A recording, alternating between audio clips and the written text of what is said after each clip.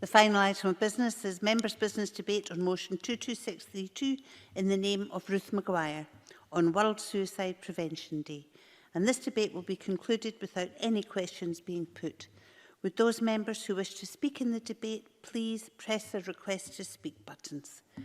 And I call on Ruth Maguire to open the debate for around 7 minutes, please, Ms Maguire. Thank you, Presiding Officer. The 10th of September is World Suicide Prevention Day. Every year, suicide is among the top 20 leading causes of death globally for people of all ages and is responsible for over 800,000 deaths, which equates to one suicide every 40 seconds. I know that many colleagues will have been affected by suicide, whether it's ourselves, a loved one, someone we know, or members of the community that we represent. Suicide is of concern to all of us, and we can all play our part in preventing it. It's a leading cause of death among young people, and men are 3 times more likely to take their own lives compared to women. It's not an easy thing to think about. It's not an easy thing to talk about, but we must talk. And I'm really grateful to colleagues from across the chamber who signed my motion, allowing this debate to go ahead so we can do just that, talk. And I look forward to what I know will be their thoughtful contributions and insights as we come together to raise awareness this evening. Presiding Officer, it feels a little strange opening this debate remotely, but the last 6 months has been just that, strange. Strange perhaps isn't strong enough. Maybe what I really mean is worrying, uncomfortable, stressful, and at times totally overwhelming. So perhaps now more than ever, we need to talk and, of course, listen. In this place, we know how powerful words are. They can anger, divide and exclude, but they can also provide comfort, understanding and assistance. And it's really important that we know saying the word suicide isn't a trigger. It can help save a life. We need to be confident to say suicide when we're talking about it. We need to feel confident to connect someone to the right support. If talking can save lives, then it's an important part of any strategy to prevent suicides, is that for us, all of us, to feel comfortable to talk about it. Samaritans have some helpful advice on their website. They know that many people worry that reaching out will be intrusive or make things worse. But they say you'll soon be able to tell if the person you're speaking to isn't comfortable or doesn't want to have that kind of conversation. And if they don't want to open up, you'll still have let them know that you're there for them. Once someone starts to share how they're feeling, it's important to listen. This could mean not offering advice, not trying to identify what they're going through with your own experiences, and not trying to solve their problems. They give some listening tips to help people give the best support they can. They call them shush. Show you care, have patience, use open questions, say it back, and have courage. There's more details on that on the Samaritans website. Really importantly, they reiterate, if you're worried someone is suicidal, it's okay to ask them directly.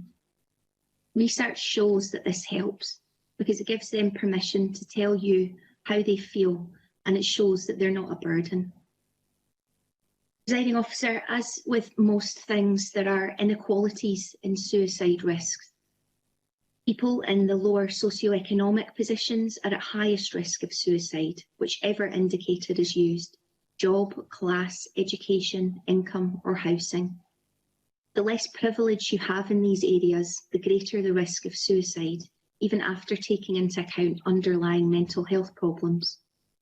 The suicide rate is nearly 3 times higher in our most deprived areas compared to the least deprived areas. Feelings of powerlessness, social exclusion, poor mental health, unhealthy lifestyles, stigma and disrespect, more adverse experience may all be factors. And I would appreciate if, in summing up, the Minister could share her reflections on that and what the Scottish Government is doing to address this particular manifestation of inequality. whilst recognising that we need a national approach, targeted local actions to communities facing the greatest risks would seem crucial too. Presiding Officer, members will be well aware of the good work of many organisations and groups working nationally and in their own constituencies, and it's not just those who are directly supporting mental health. Our sports clubs, men's sheds, community associations all play a hugely important role in the well-being of our community. I'd like to finish by just commending all those working towards our shared vision of a Scotland where suicide is preventable, where help and support is available to anyone contemplating suicide, and to those who've lost a loved one to suicide. Suicide prevention is everybody's business. Let's keep talking and acting to make that vision a reality. Presiding Officer.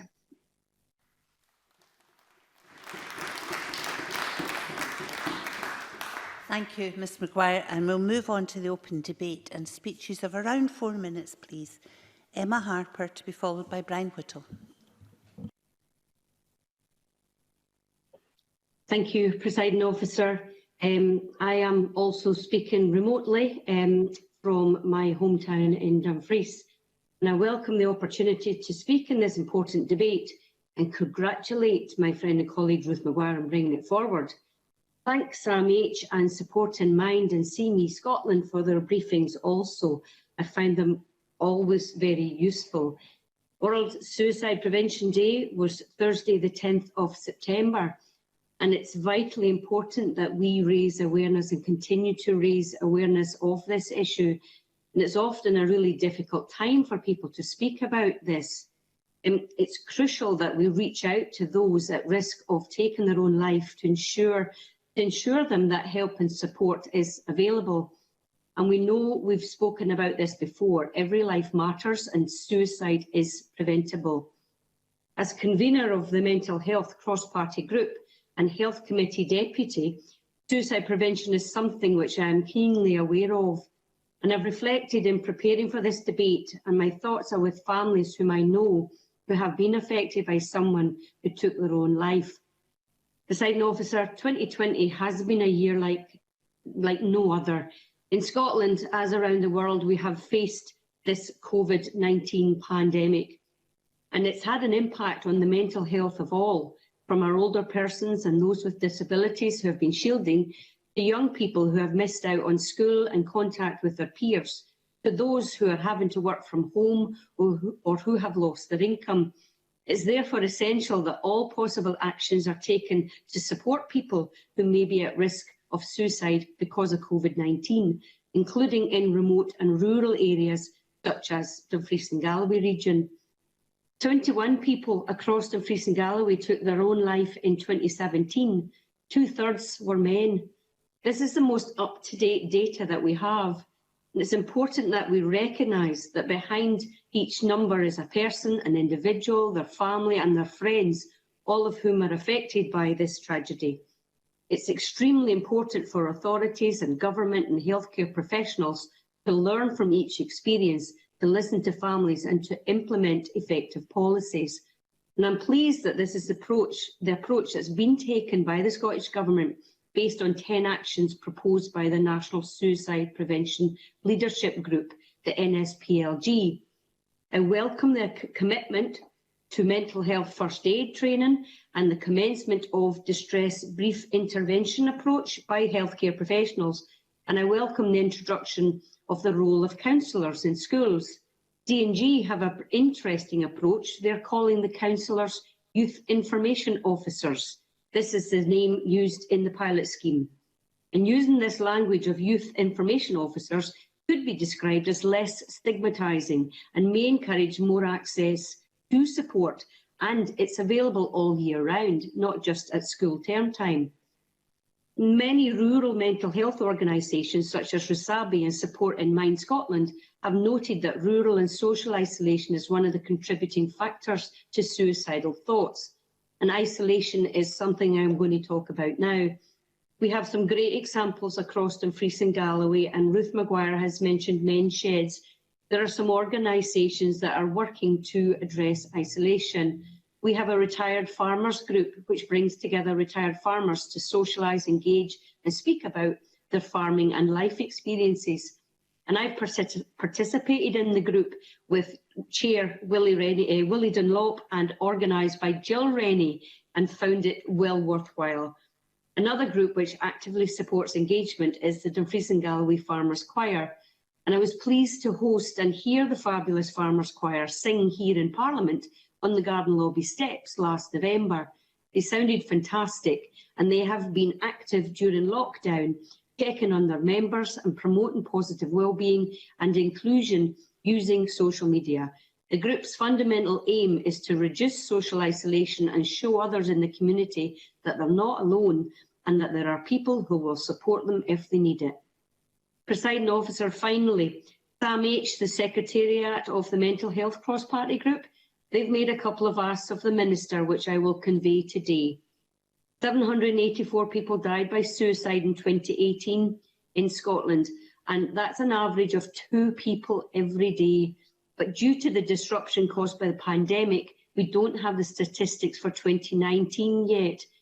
And Sam H and other mental health partners believe that it's crucial that up-to-date data on suicide is published as soon as possible, so that they can check that the measures to reduce numbers of suicides are effective. So I would ask whether the Minister can indicate when statistics will be released.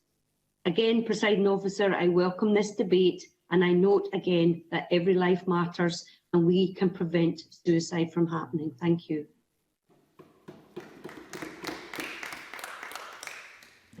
Brian Whittle, to be followed by James Dornan. Thank you, Deputy Presiding Officer, and can I also thank Ruth Maguire for securing some time in this chamber to debate what is a really important subject. Suicide and suicide prevention. I think, as Ruth Maguire said, it's such an emotive subject. I think what surprised me is to find out how many have been touched by suicide or attempted suicide. One of the things I wanted to mention was the family and friends that are around those who are caught in that bubble, that suicide bubble, and who are driven towards taking their own life, and how difficult it is for the family around them. Every waking moment, you're wondering where they are. You're worrying when you pick the phone up and there's no answer. You take them along to the health interventions that are appropriate, and you're there to try and support them. And we're not set up to. I don't think we're set up to know how to do that. I think that I remember being at one of those meetings with the GP and securing that time in the GP surgery, and the GP's approach to that was to ask 3 questions. We're in with poor mental health. The first question was, have you ever thought about taking your own life? And I thought to myself, what happens if they never thought about that and now they're thinking about it? I didn't like that question. And then the next question was, how much physical activity do you do? And the third question was, what's your sex life like? And of course, I thought there was a great answer to that. He says, well, I'm married, don't be silly. You know, that idea to try and cover up the hurt and the pain with a little bit of humour. So I think the system in itself, and there's no politics involved in this at all. I think the system, I think we look at the whole system, how we can support that, because there's many more people involved around this, as I said at the start, than I would ever have thought of. I think, you know, one of the things we do have to consider, and has been mentioned by the first 2 speakers there, is the impact of the current pandemic on our mental health, that anxiety, the isolation and the loneliness, especially among those who live alone, among the elderly and among those who have had to isolate. I mean, it was quite, I was struck very much by the chronic pain CPG, when, you know, I would never have expected that topic to come up, but there were those who were saying that, you know, because they hadn't been able to access the treatment because of lockdown, that they had considered taking their own life. Same with elective surgery. With addiction, I think we've lost. In Kilmarnock and Irvine Valley, we have the highest rise in addiction deaths in Scotland. And what I'm hearing from them is that they don't know. They don't know because they've lost touch with the people who were involved in addiction. So I think, and the police have picked up on that slack, and there's a third increase in their call-outs with people with mental health issues.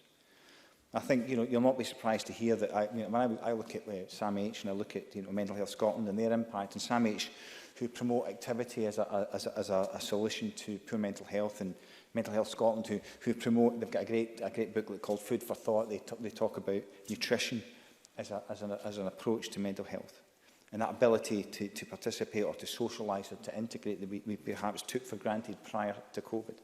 But just to finish, one of the things that I was really glad that Ruth Maguire highlighted was the impact on the male population, specifically within deprivation. And I've always thought, we know that the male population are much more likely to take their own life, and we know that's more likely to happen within the deprived areas. So we know where these issues are. Why aren't we targeting our resources towards that? And that would be my ask of the Minister. How can we take our resource and target it specifically if we know where the biggest ask is? I say, once again, I thank Ruth Maguire for bringing this debate to the Chamber. Thank you. James Dornan, followed by Mary Fee. Thank you very much, Presiding Officer, and like the others, I want to thank my colleague Ruth Maguire for bringing this to the Chamber. In suicide prevention, they talk about collaborators in suicide prevention. One of those is those who sort of live through the personal experience, and so I thought that it's only appropriate that as somebody who gave it a go, but thankfully wasn't successful, I would try and explain some of the reasoning behind that. You get to a point where you think that nobody cares and nobody understands and that it's all on you and you're useless and all the things. I've explained this before in articles and I've said in the Chamber. And then you don't know where else to go. And it's not that there's not people there, it's just that you can't get through the wall between you and them. Very often they don't recognise it because, Brian just used the example there of the guy in the doctor's surgery. You cover up everything with humour. That's the Glasgow way, the West of Scotland way, the Scottish way. And sometimes it's too late by the time people realise. Once I had failed miserably, I decided that I had to get treatment, which was probably the sort of cart before the horse. But it worked out well, and I'm where I am now. But the issues don't go away. It's your coping mechanisms that come in, and it's about being able to say, okay, I'm depressed or I'm stressed. I mean, I take pills every day to deal with anxiety, with stress, with depression. But that allows me to lead the life I lead. So when you see me cracking jokes and telling stories and doing all the things that you do, it might not always be the way that I feel. And I think the important thing here is that other people recognise that, not in me, but in other people, because sometimes what you should do is you look at your friends, if there's something off, just have a look, just have a wee word and just see if behind that humour, behind that smile, there's a wee bit of sadness in their eyes or there's something off with them. Start to talk to them, because if you do that, most of the time you'll think they won't talk to you, but they're desperate to talk to you. So just give them the opportunity, and when you do, things become easier for everybody. Because the truth is, if you look beyond that smiling, confident face and you check for that glimpse of sadness and you check for that glimpse of repressed anger or frustration, you could find that what you do in the long run is two things. One is you save that life, but also you create a new one, because I'm a completely different person from where I was at that time to where I am just now. As I say, I still suffer from the same, whatever you would call it, illnesses or whatever, but I know how to cope with them better. And I also know I'm very fortunate that I've got people round about me, and I recognise that now in a way that I didn't before. So you're not just saving that life, you're creating a new one. And to have the power to do that is incredibly strong. It's an incredible thing to be able to do. And we've all got it in us. So just pay attention to your friends, to your family, and make sure that you look for any signs. Now, there will be times that people don't want to talk. I think it was Ruth was talking about that earlier on. Just be there for them and just let them know that the minute they want to talk, you're there to listen. And if you do that, you're going to find that it's true enough that all heroes don't wear capes, because you can save a life just by being that decent person. And I think that this is a really important debate. It's always an important debate. It's an important debate just now because of what we've been going through over the last 6 months. And like everybody else, I've had my down periods. If you don't get to speak to people, then, or if you're just in a very small group, no matter how happy that group is, it does become a bit frustrating. But we've got the opportunity now to come out, we can communicate with others. So it's really important that we have this conversation, that people understand the necessity of looking out for your neighbour, your friends, your family, and speak to them and give them the opportunity, more importantly, to speak to you when they think they need it.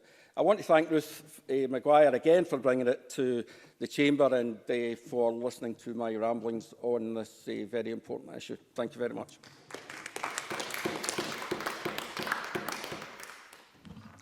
Mary Fee, to be followed by Stuart Stevenson. Thank you, Presiding Officer. And can I begin by thanking James Dornan for his very personal and very powerful contribution. And I'm sure his words will echo across many homes, not only in Scotland, but across UK, for the very powerful sentiments that he expressed. And Presiding Officer, every life lost to suicide is one too many. And I know that this Parliament is united to prevent suicides and to improve the mental health of Scotland's people. And as one of a number of MSPs lodging a motion to mark World Suicide Prevention Day, can I thank Ruth Maguire for lodging her motion and for securing the support to have this very important debate today. Preventing suicide is a public health priority. But sadly, the reality for Scotland is that our suicide rate has been increasing and that we have a higher suicide rate than the rest of the UK. However, these figures are from the 2019 release on 2018 statistics. The Scottish Government must release the 2019 figures and should have done so before now. Although I do appreciate that the coronavirus pandemic has taken precedent over many health issues this year. And I raised this issue in my motion, and Sam H has called for the information to be released, and Emma Harper in her contribution did the same. We are 2 years away from the target to reduce suicides by 20%. I welcome that target, and I sincerely hope we can reduce suicides by more than 20%. A clear data set should be made available to ensure that we are on the right track in preventing and in reducing suicide. And Presiding Officer, World Suicide Prevention Day last Thursday saw the launch of a new campaign, Unite to Prevent Suicide. I have signed up to that campaign and I have shared the information on my social media pages. And I would call on my MSP colleagues to do the same if they haven't already done so. And as the Minister and members will be aware, this campaign was set up as part of Every Life Matters, the suicide prevention plan. The campaign has been shared by the voices of people with lived experience of suicide. It will take a unified effort to prevent suicide, and understanding and utilising the lived experience of those impacted by suicide is a key tool.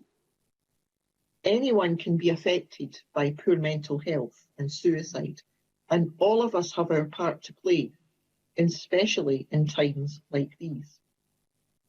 The coronavirus pandemic is far from over, and we do not have a full picture of what the impact of the pandemic will be on mental health.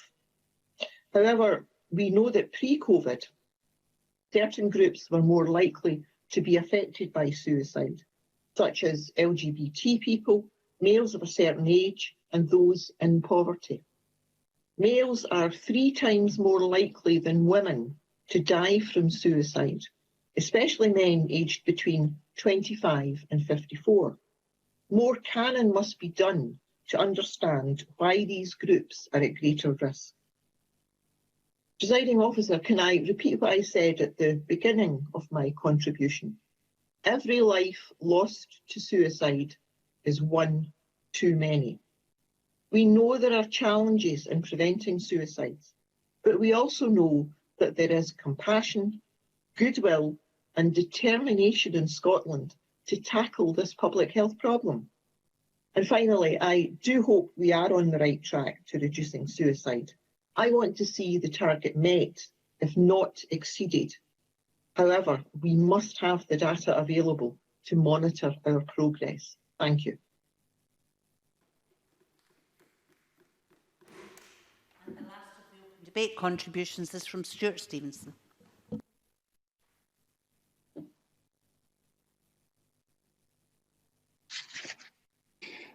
Thank you, Presiding Officer, and my thanks to Ruth Maguire for bringing this important subject to Parliament. Some years ago, I hosted an event for the Samaritans in the Parliament here. They were congratulating one of their number for his very long service to the cause of suicide prevention. And I very much admire the work that the Samaritans undertake. But that was unfortunately very far from being my first contact with the issue of suicide. In preparation for this debate, I was able to identify 6 people with whom I've had varying degrees of contact who subsequently committed suicide. One was a teenage boy with a colostomy bag. This has a major effect on your psychology, your hormone balance. Becomes quite different from that which it would normally be, and he committed suicide from the depression that flowed from that. Another was one of my female colleagues at the Bank of Scotland, who had had a long history of depressive illness and was in fact in hospital when she escaped the close supervision that there was for her, was able to commit suicide. Another was a former colleague who had run a very successful part of our company and went off to start something similar for his own account elsewhere. And that business failed and he committed suicide. Another was a friend and neighbour who just found life too much. The details are difficult to come to. And indeed, when my father bought his medical practice in 1947, he did so because the previous GP had committed suicide, and that practice became available. And that's something I didn't know for many, many years. But what I want to speak about is a close family member who committed suicide. This individual showed no sign whatsoever of mental ill health that the rest of us detected. He expressed no suicidal thoughts in any of his comments to us, but it was clear that he was determined upon the course that he ultimately took. His preparations, the practical preparations, extended over a considerable period of time. The effect on the family, well, I, for my part, had to attend the mortuary to identify the deceased. That was not something I wish to do again. Police interviews to confirm that the circumstances were not suspicious, were a natural part of what happened. And of course, much more to the point, the family of this individual had to be looked after in their extremity. I'm delighted to say they've all come through it successfully, but it could have been very much in other ways. Now, as somebody who worked in a psychiatric hospital at the age of 17, death was not unfamiliar to me, and being with the dying and the dead was something that I was familiar with. But when it's this close, and this baffling, because to this day, I do not really know why this suicide occurred. It tells you an awful lot about the variety of human thinking and human life. Now, we all may have a little bit of mental ill health from time to time. It may be as trivial as a mental health sniffle, or it may be a major problem that requires medical intervention. But we'll not always see it coming, as we did not see it in our family coming for the individual I've talked about. But the one thing we can do, that quite a few speakers have referred to, is we can listen. And sometimes it's the briefest of intervention that is the most appropriate. When you see somebody and you haven't seen them for a while, perhaps there's somebody you're not very close to, just say hi. Don't say anything more. Don't ask how they are. Just say hi and see what response you get. It's a good start. And if they hesitate, that's a warning sign to you. Listen. That's the main thing we can do. Just listen. Do what they ask, if they ask, but don't try and guide people. That will often put pressure on them that isn't helpful to them. Thank you once again for the opportunity to talk about this very important subject. I hope that it makes a useful contribution to supporting those affected by suicide, but more importantly, by reducing the numbers of those who use this as the way out. Presiding Officer.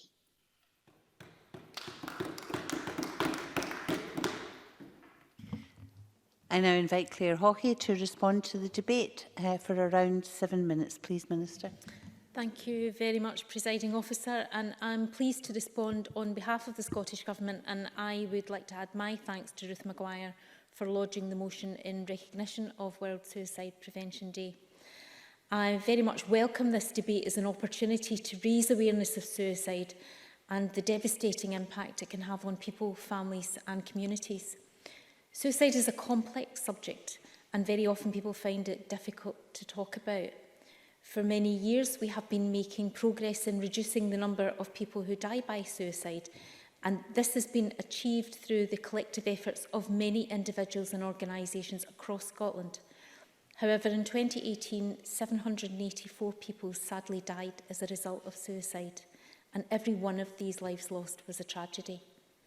I have always been clear that no death by suicide should be regarded as inevitable, and we must continue our shared efforts to ensure we support people at risk of suicide and endeavour to prevent people getting to a place where they consider suicide as the only option. This is particularly important at this time when we know that the economic and social consequences of the pandemic are putting significant additional strain on many people. As set out in this year's programme for government, we will shortly publish a mental health transition and recovery plan, which sets out a wide range of actions that we'll take to address those pressures, especially for more vulnerable groups. However, today I'm particularly keen to join with others to highlight current work on suicide prevention. Last week, I took part in activities to launch the new United to Prevent Suicide campaign, as referenced by Mary Fee in her speech. The new branding and public awareness activity aims to start a social movement that helps build confidence to talk about suicide, and it invites people to pledge their support for the national movement for change. I'm delighted that over 1,000 people have already pledged their support for it since it was launched last week. And the new campaign states that each and every one of us has a role to play in preventing suicide, and I wholeheartedly endorse that. And like Mary Fee, I would encourage MSPs to sign up to that campaign and to share that information on their social media platforms. This public awareness work is an important element of both our Suicide Prevention Action Plan and our suicide prevention response to the pandemic.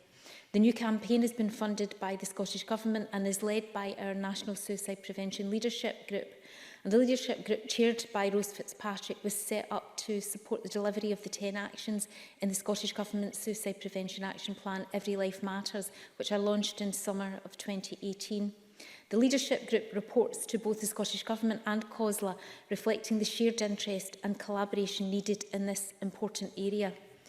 And the fact that the work of the leadership group is supported by a lived experience panel of people who have personal links to suicide is key. They have helped to shape and influence the delivery of all the actions that we're taking forward. And I'd like to highlight a few recent areas of focus, some of which go wider than the plan. For example, we know that those with lived experience, from those with lived experience, the importance of ready support to those in distress. And that's why our additional investment over the pandemic period, for example, in making NHS 24's mental health hub accessible 24/7 and rolling out distress brief interventions was so vital. We also know the importance of reaching those who work with potentially vulnerable groups. So in conjunction with NHS Education for Scotland and Public Health Scotland, we've just launched animations aimed at promoting mental health and supporting learning on suicide prevention and self-harm amongst those who work with children and young people. And these build on those launched last year for those who work with adults in mental health. Those with lived experience have taught us that the grief caused by suicide bereavement is often complicated and typically lasts longer than other types of bereavement. And we're therefore taking forward plans to pilot a rapid response service for people who have been bereaved by suicide to ensure that they can quickly get the support that they need at what is an extremely difficult time for them. The need for effective information and evidence has already been highlighted in today's discussions, and that's why we're working with partners to develop pilot processes to review all deaths by suicide, enabling national sharing of any lessons learned. And in response to the leadership group's recent recommendations for a suicide prevention response to the pandemic, we are working with Public Health Scotland to improve data on suicides. We're also considering how we can restrict... Yes, I'll take an intervention. Maureen Watt. I thank the Minister for giving way. Will she also join me in congratulating all the work done by the railway companies and Network Rail themselves in what is a very difficult area for them because some people choose to take their lives on the railway. They've done this for years and they're very good at it. This week in Waverley Station I saw lots of posters up because of Suicide Prevention Week. Claire Hockey. I thank Maureen Watt for that intervention, and I would absolutely echo what she says. I was fortunate enough to go out on the railways with the railway chaplain, I think 2 years ago in Suicide Prevention Week, and saw myself the work that they do and how important that is, and heard about the support that they give to railway staff when they have experienced suicide or someone attempting suicide when they have been at work. We are also considering how we can restrict access to some of the most commonly used methods of suicide, and we're taking an evidence-based approach to ensuring we have adequate support for those in suicidal crisis. These are just some of the elements of work currently underway in terms of the Suicide Prevention Action Plan, as well as a response to the pandemic, but I know that there is more to be done. And we will work with COSLA and the leadership group and just a second, and other stakeholders to develop a longer-term suicide prevention strategy. Maurice Corrie. I thank the Minister for taking his intervention, and I do too agree with Maureen Watt about the work that the railways do. It happens many times, and I think it's brilliant what they do and how they get over it, and training their staff. Can I come to veterans? Armed Forces veterans, it's a passion of mine. What are you doing to link your plans to the veterans, and where you can obviously glean some information and help and support and advice from the veterans side? Because I know it's a lot of work we're doing on that, and we're obviously very keenly watching what's going to happen at the end of the COVID period. Claire Hockey. I thank Mr Corrie for his intervention and for his advocacy of veterans, of which he has spoken on many occasions, and thank him for his passion in terms of championing veterans' mental health, which I know is something that he does. As I said, our transition plan will be published shortly, and we will be targeting certain work towards certain groups that we know are more vulnerable. There is a whole population approach to mental health and mental health awareness, which is obviously very important, but we are mindful that there are some sections of our society who are more vulnerable to mental illness through their past experiences, but also more vulnerable to experiencing suicidal thoughts. So we and the Suicide Prevention Leadership Group are very mindful of that. A new strategy will look beyond mental health to the specific drivers for suicide, including feelings of isolation, entrapment and loneliness. And as the leadership group's recent statement acknowledges, the Scottish Government is already taking action across a range of areas that will contribute to suicide prevention. But a new longer-term strategy will be an opportunity to provide unity to these approaches. I would like to acknowledge the contribution of all those individuals and organisations that work to prevent suicide. I know that there are many of them and that their work across Scotland does save lives. And I want them to know that they have my support and sincere thanks for all they do. If I may, Presiding Officer, before I sum up, just answer some of the points that have been raised by some of the members across the chamber. Both Emma Harper and Mary Fee asked about statistics. NRS are aiming to publish the delayed suicide statistics in November 2020. I acknowledge we do need to have data to drive forward change and actions that we want to put in place. I congratulated Ruth Maguire for bringing this really important debate to Chamber, and I think there have been some very thoughtful and measured contributions, including some very personal experiences from Stuart Stevenson and Brian Whittle. If I can pay particular tribute to James Dornan for his openness and honesty and his personal and powerful contribution to this debate. And I am sure that there are people who will see this debate and who will take some comfort from the words that he has spoken, and I admire his bravery in doing so. Our work on suicide prevention recognises that it's not just an issue for the Scottish Government, nor just an issue for the NHS. It's an issue that requires collaboration across all sectors of life in Scotland. And I would again urge members to sign up to show their support to the United to Prevent Suicide movement and to raise awareness of suicide and how we talk about it. By having these conversations and being open, we can help to save lives. The title of our Suicide Prevention Action Plan is Every Life Matters, and I want to reinforce the point that every life does matter. We are committed to further reducing the suicide rate in Scotland, and I know that this resolve is shared by all of us here today. Thank you. That concludes the debate, and this meeting is closed.